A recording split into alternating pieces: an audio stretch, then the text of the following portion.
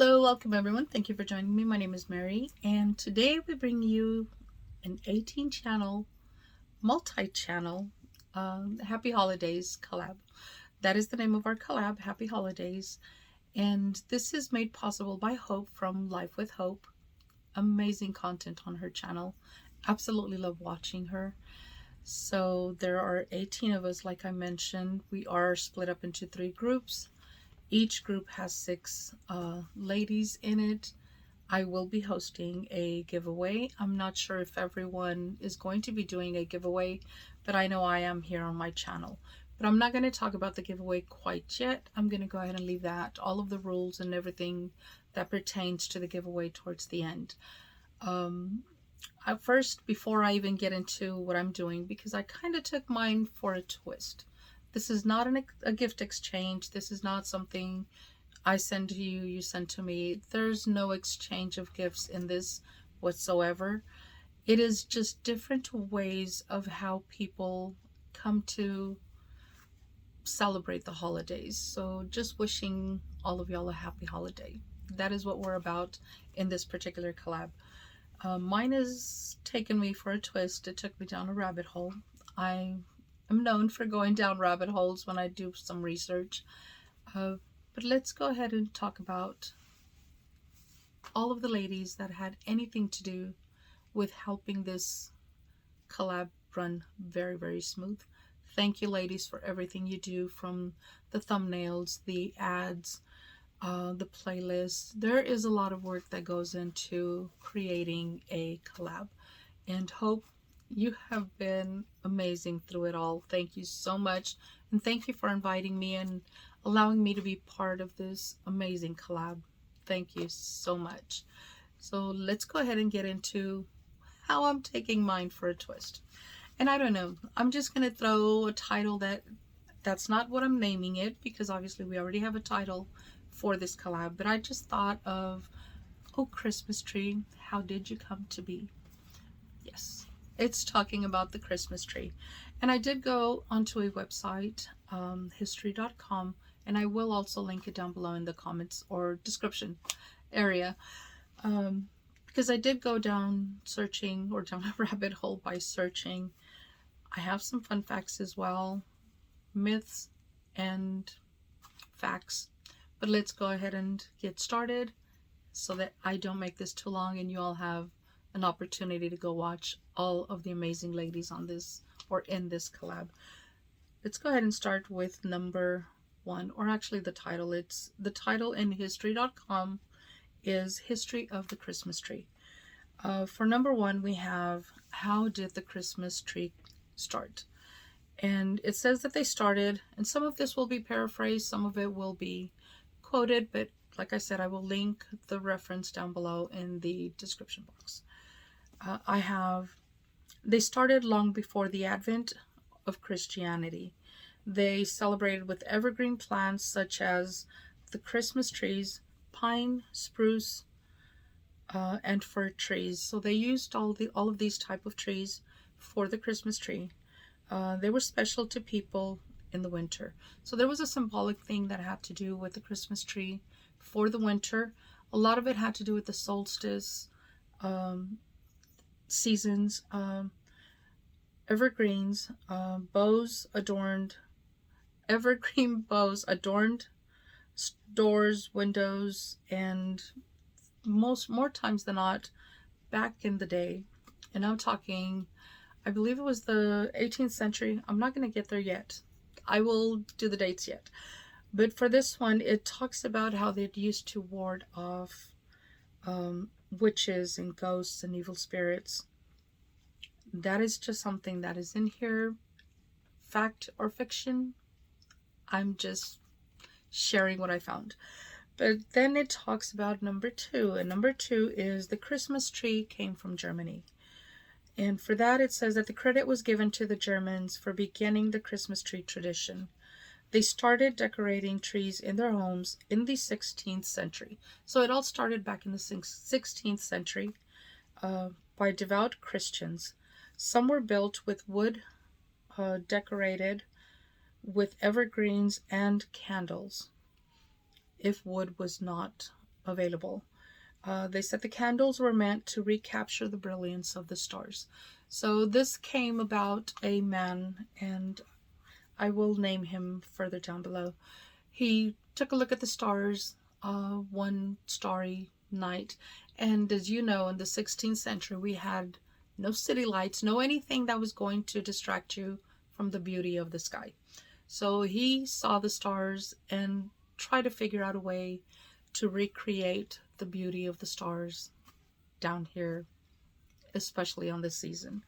So we have number 3, and it says, who brought the Christmas tree to America?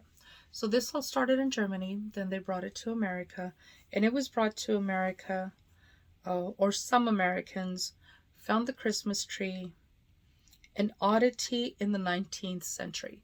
So now we're moving along to the 19th century, which is when it was brought to America, and a lot of the Americans were not very accepting of the tree, and it explains why. It says that because they found it an oddity, some of the German settlers had brought it to America in Pennsylvania in the 1830s. So back in the 1830s is when the first Christmas tree was brought in, but the tradition was still a German family that was decorating for the season. Then it talks about most Americans viewed the trees as pagan symbols and did not accept them. So it wasn't very quickly and readily accepted by Americans. But let's go ahead and move on, find out how that came to change. So we're looking at, to the New England Puritans, Christmas was a sacred season.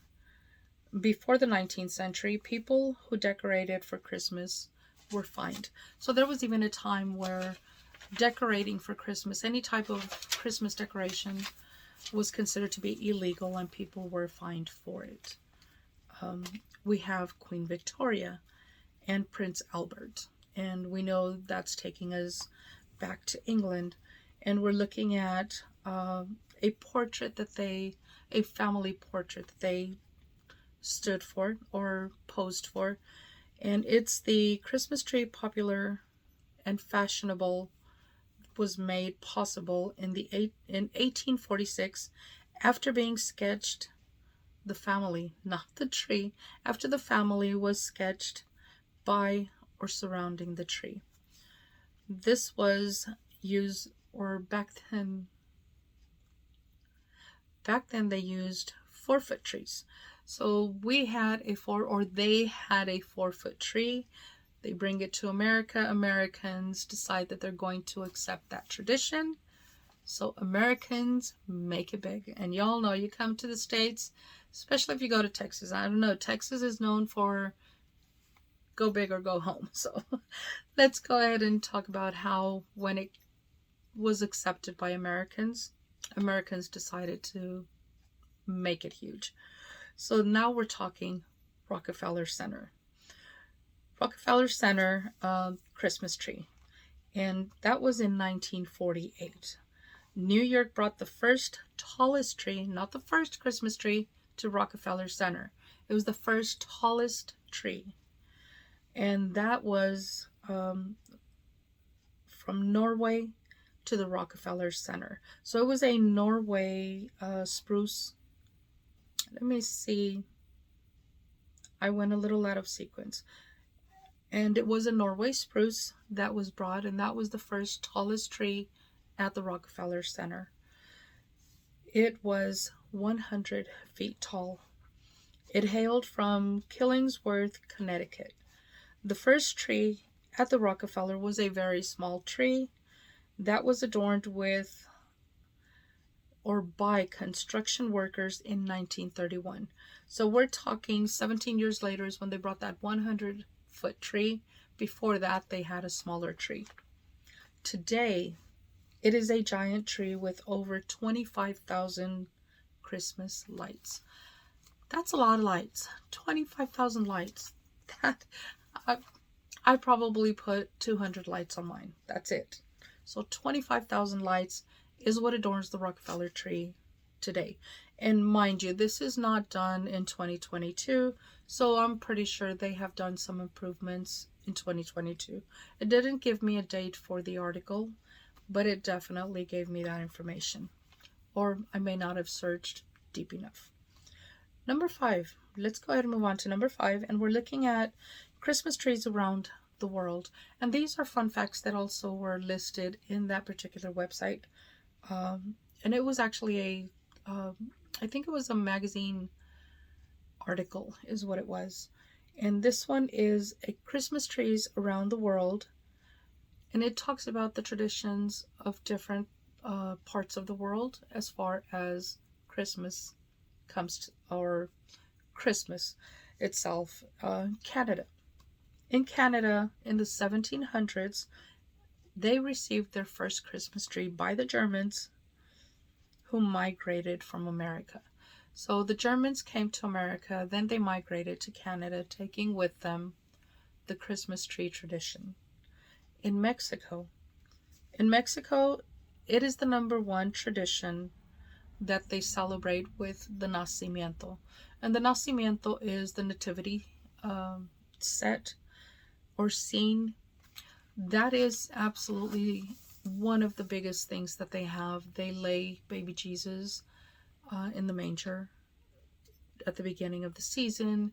They go on and then they start celebrating the 6th of January, which is the Three Wise Men's holiday. So in Mexico, we actually had 2 Christmases, so to speak. And that was our tradition. We celebrated our regular 24th at night, which midnight, Christmas Eve. That was when we opened our gifts. Between Christmas Eve and Christmas Day at midnight, without fail, they woke us children up to open up our gifts. That was our tradition. And then we got to go to different family members, our other grandmas, wherever we did not wake up at midnight. We went and opened up our gifts there as well. So we had several Christmases. But then we get to the Wise Men's Day, and that was on the 6th of January. That was the day that the wise men took baby Jesus, the gifts, and in Mexico, they still celebrate it that way, to where they bring children, and it's just children. That is your second chance at getting Christmas gifts, or the first chance for those that did not get anything for Christmas to be able to get something and still celebrate the holiday season. That's just a Mexico tradition. It's how I grew up. Then we have Great Britain. And in Great Britain, they preferred the Christmas tree, and that was the Norway spruce. So the Norway spruce was the tree for the Great Britons. Then we have Greenland, and trees are imported because no trees grow there, but they definitely had Christmas trees. We have Guatemala, and that's Latin America. And there they also celebrate with the nacimiento. That is their main tradition. Gifts are left under the tree for the children. Adults exchange gifts on the first of the year, which is New Year's Day. So the children are the only ones that get gifts on Christmas Day. Adults get Christmas gifts on New Year's Day. Then we have more fun facts. These are just legends. Like I said, some are facts, some are just out there. So we've got our myths and we've got our facts. Another legend is that the German people combined the different customs from around the world. The paradise tree, a fir tree decorated with apples, and they were to represent the tree of knowledge from the Garden of Eden. So that was I don't know if it's fact, I don't know if it's myth, but those are just fun facts that I found. Then we have the second tradition or second myth, legend, is that a pyramid-like frame decorated with glass balls, tinsel, and candle at the top was to symbolize the birth of Christ as the light of the world. So by placing the candle at the top of the pyramid, they were depicting the life of the world, or the light of the world, which was Jesus's birth. And now we have what we have come to know as the Christmas tree without the candle. So now we have Christmas tree, lights, electric, not candles. In 1979, so we're talking many years later, 1979, the National Christmas tree was not lighted except for the top adornment. And that was in honor of the American hostages in Iran. This tree is at the White House lawn. So this is the White House tree. That hits a little bit very close to home, or very, very close to home. Military life is just something, I grew up in a military town, and to me the military have always held my highest respects. I know a lot of people, it's a controversial thing. Many people don't feel that they deserve any kind of recognition, but we go back to other, like police officers, firemen. They chose what they chose, but they chose what they chose not as selfish, but as a means to protect others. And that is just something that I continue to do. And when I read about what they did for the Iran war, it hit home. It really hit home. But then we have the tallest living Christmas tree, and that is believed to be the 122-foot, 91-year-old Douglas fir in the town of Woollenville, Washington. So that is a living tree. It's still in the ground. It's still continuing to grow. As far as this article is concerned, I'm hoping it's still part of it. I didn't go searching any further than that. But that is all of the information that I have on Christmas trees. What does a Christmas tree mean to you? That is my question to you. Put it down in the comments section, and the word is going to be tree. So Christmas tree is what I'd like to know what it means to you. What is the symbol of that to you? What is the meaning of Christmas to you? I'd really like to know. I'd like to get a lot of people's opinion on that, because it is a very variant, informative type subject. For me, the Christmas tree is not necessarily as symbolic as getting together and just being thankful for the family that we have around us, the friendship of people that we have around us. To me, it's a time for being thankful for what we have. I know Thanksgiving is what's considered the thankful season. More than Thanksgiving, I think Christmas for me is more symbolic than Thanksgiving, as a being thankful for what we have. Because without Jesus Christ, many of us would not have the option for choice. Our choices will bring us good consequences, bad consequences. It is up to us what we make of it.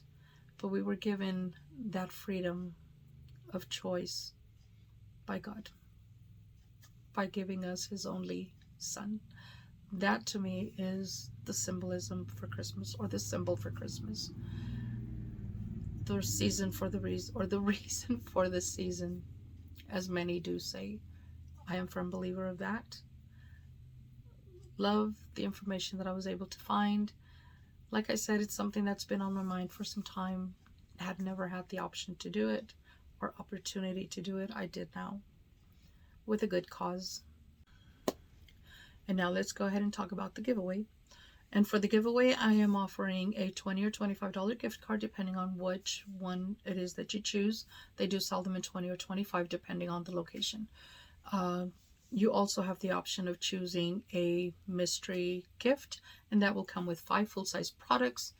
Definitely something to consider, either or. That will be your option. I'm going to give you the top main reasons, which are 3, or not reasons, rules for the giveaway. The top 3 are that you must be publicly subscribed to all of the ladies in group number 1. That is the group that I am in. Those are the ladies that you must be subscribed if you want to win my giveaway. That in no way, shape, or form deters you from subscribing to all of the other channels. I would greatly appreciate it if you do go check them out, check out their content, show them support, subscribe, like, all that good stuff. I highly encourage you to do that. But let's continue. Rule number 2 is you must have a U.S. continental address and you must be 18 years of age.